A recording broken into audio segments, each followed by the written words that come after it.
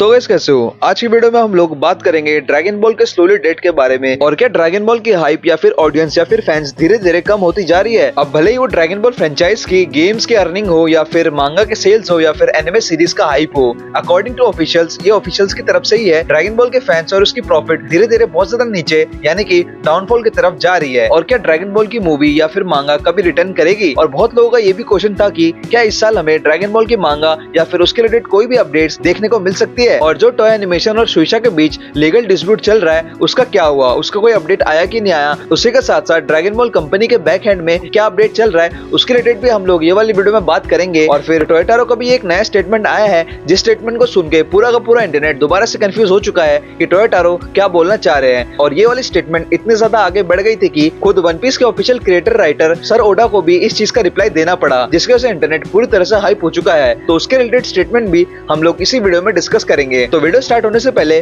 Like subscribe share comment जरूर करना, क्योंकि ड्रैगन बॉल या फिर एनिमे के रिलेटेड न्यूज सबसे पहले इसी चैनल पे मिलेगा। तो चले चलते सीधा वीडियो की तरफ। तो सबसे पहले बात करते हैं ड्रैगन बॉल के धीरे धीरे हुए डेथ के बारे में, जो कि खुद ऑफिशियल्स ने डेटा रिलीज किया है। और आप सभी को पता ही है करंटली में ड्रैगन बॉल की कोई भी एनिमे सीरीज या फिर कोई भी मूवी अभी रनिंग पे नहीं है, क्योंकि ड्रैगन बॉल को जो कैरी कर रहा है वो मेनली उसके गेम्स हैं, क्योंकि मांगा भी अभी पूरी तरह से रुक चुका है। जिसके बाद बंडाई कंपनी, जिसको कि आपने कभी ना कभी तो सुना ही होगा या फिर आपने कभी ना कभी इनके गेम्स खेली होगी, जिसमें कि ये ज्यादातर फाइटिंग गेम्स या फिर एनिमे रिलेटेड गेम्स बनाते हैं। तो उन्होंने अपने गेम्स या फिर सेल्स की एक ऑफिशियल ग्राफ रिलीज किया है, जिसमें कि हमें रैंक फर्स्ट पे गुंडाम दिख रहा है, जिसने कि लगभग 65.4 बिलियन येन कमाए हैं। उसी के साथ साथ सेकंड में आता वन पीस, जिसने कि उसका आधा 30.2 बिलियन येन कमाए हैं। और फिर आता ड्रैगन बॉल, जिसने कि 26 बिलियन येन कमाए हैं। और फिर एट लास्ट में आता नारुतो, जिसने कि लगभग 6 बिलियन येन कमाए हैं। अब ये रिपोर्ट्स में नारुतो को नीचे देख के मुझे किस तरह के भी अजीब नहीं लग रहा, क्योंकि नारुतो का अभी कोई भी ऑफिशियल अपडेट या फिर मांगा या फिर एनिमे सीरीज नहीं आई है।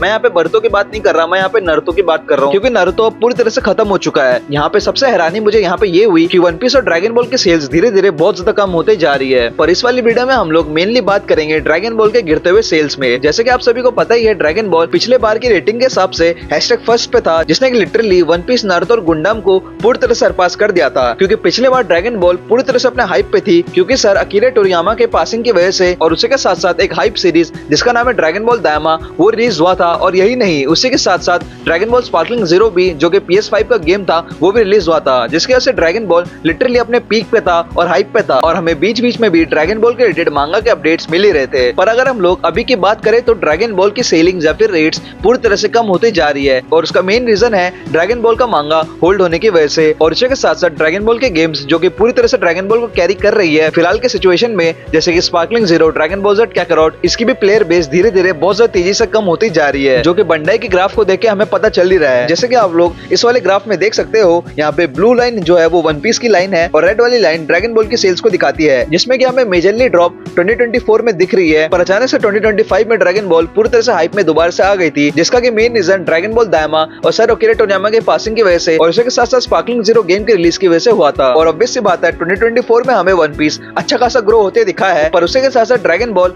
इतना खासा हाइप में नहीं दिख रहा। पर 2025 में ड्रैगन बॉल के बहुत सारे अपडेट की वजह से ड्रैगन बॉल पूरी तरह से हाइप में आ गया था।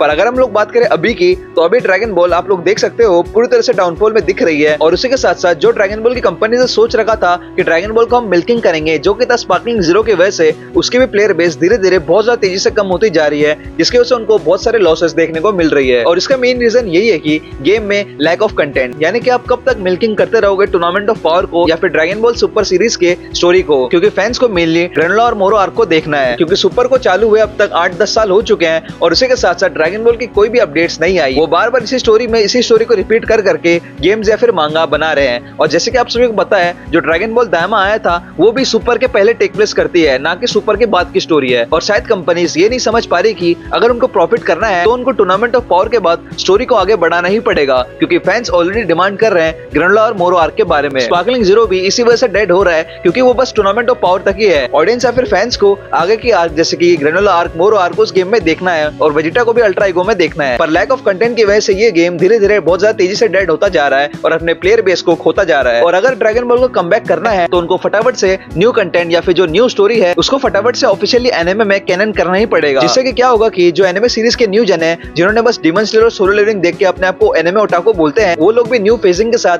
और मॉडर्न एनिमेशन के साथ ड्रैगन बॉल को देखेंगे, जिसके बाद ऑडियंस ऑटोमेटिकली ग्रो होगी और उनको प्रॉफिट भी मिलेगा और उसी के साथ साथ गेम का प्लेयर बेस भी ऑटोमेटिकली इंक्रीज हो जाएगा। और आप लोग अब सोच रहे होंगे कि अगर कंपनीज को प्रॉफिट चाहिए तो वो लोग आगे की स्टोरी को एनिमेट क्यों नहीं कर पा रही। उसका आंसर ये है कि जो लंबे दिनों से या फिर सालों से इनका डिस्प्यूट चल रहा है, यानी कि लीगल फाइट चल रही है टॉय एनिमेशन और सुइशा के बीच, जिसका कि मुझे नहीं लगता कभी आंसर मिलेगा, उसकी वजह से ड्रैगन बॉल अभी तक होल्ड पे है। Dragon ball super season 2 mainly ना आने का वजह यही है कि कंपनीज का ग्रीडी नेचर पैसे को लेके, क्योंकि उनको पता है ड्रैगन बॉल बहुत ज्यादा अर्निंग दे सकता है, जिसकी वजह से हर एक कंपनी लगी पड़ी है ड्रैगन बॉल के फुल राइट्स लेने के लिए, जिसमें कि मेन टॉय एनिमेशन और सुइशा आती है। और मुझे लगता है ऐसी ड्रैगन बॉल की लेगेसी स्टार वॉर्स की तरह ही पूरी तरह से बर्बाद हो जाएगी। जैसे कि स्टार वॉर्स जिसमें कि इतना पोटेंशियल था, पर कंपनी के ग्रीडी नेचर की वजह से स्टार वॉर्स की भी ऐसी तैसी हो गई थी। और मुझे लगता है ड्रैगन बॉल की लेगेसी जो टोरियामा बना के गए थे वो पूरी तरह से डेड हो जाएगी। और ऑब्वियस सी बात है, अगर आप लोग वही सेम कंटेंट 8-9 साल तक चलाते रहोगे तो कब तक फैंस भी उसे देखेंगे और वो कहां से प्रॉफिट देगी। कभी ना कभी उसको छोड़ना ही पड़ेगा, क्योंकि हमें न्यू कंटेंट और न्यू स्टोरी देखनी ही देखनी है। और अब शायद से कंपनी वाले भी समझ गए हैं कि ड्रैगन बॉल को इस तरह से वो मिल्किंग नहीं कर सकते।